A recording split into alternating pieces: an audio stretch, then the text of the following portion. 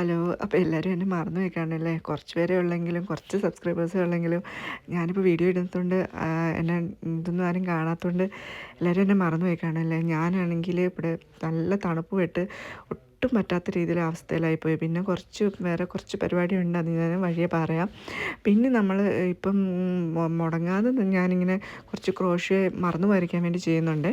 അപ്പം ഞാനിങ്ങനെ ചെയ്ത് വന്നപ്പോൾ ഈ പാറ്റേൺ എനിക്കങ്ങ് ഇഷ്ടമായിട്ട് ഇതിട്ട് അഴിച്ച് കളയാനും പറ്റുന്നില്ല. ഇത് എന്തിലേക്കാക്കും എന്നുള്ളൊരു ഇതിൽ തന്നെ ഇരിക്കുകയാണ്. അപ്പോൾ അത് കാണാൻ നല്ല ഭംഗിയുണ്ടെന്ന് അത് തോന്നുന്നത്. അപ്പോൾ എന്തെങ്കിലും ഒരു ഐഡിയ ഉണ്ടെങ്കിൽ പറഞ്ഞു തരുമോ? എല്ലാവർക്കും എന്തെങ്കിലും ഒരു സജഷൻ ഉണ്ടാവില്ലേ?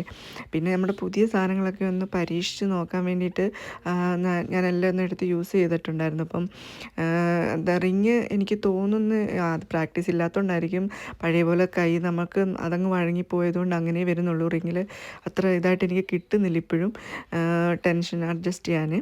പിന്നെയും കുറേ പ്രാക്ടീസ് ചെയ്ത് കഴിയുമ്പോൾ ശരിയാവുമായിരിക്കും. അപ്പോൾ അതുപോലെ തന്നെ നമ്മുടെ ആരി വർക്കിൻ്റെ കാര്യം കേട്ടോ, എല്ലാം ചെയിൻ സ്റ്റിച്ചിൻ്റെ ഒരു ഇതാണല്ലോ ബേസ് എല്ലാം. അപ്പം ഞാൻ ആരി വർക്ക് കാര്യമായിട്ട് തന്നെ ട്രൈ ചെയ്യുന്നുണ്ട്.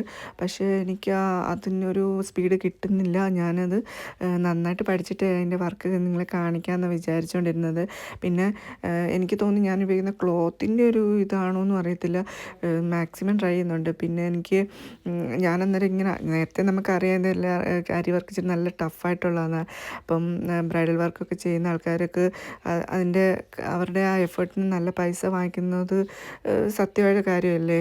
അത്ര ക്ഷമ വേണം, നല്ല വേദന എടുക്കും, ബോഡി പെയിനും ഒക്കെ ഉണ്ടാവും ഇരുന്നൊക്കെ ചെയ്യുന്നവർക്ക്. അപ്പം ഞാനിത് ട്രൈ ചെയ്തപ്പോഴാണ് എനിക്കത് കൂടുതൽ മനസ്സിലായി വരുന്നത്. എന്തായാലും നമ്മളിത് പഠിച്ചെടുക്കും. അപ്പോൾ അത്രയൊക്കെ കേട്ടോ എൻ്റെ കുഞ്ഞു കുഞ്ഞു വിശേഷങ്ങളൊക്കെ.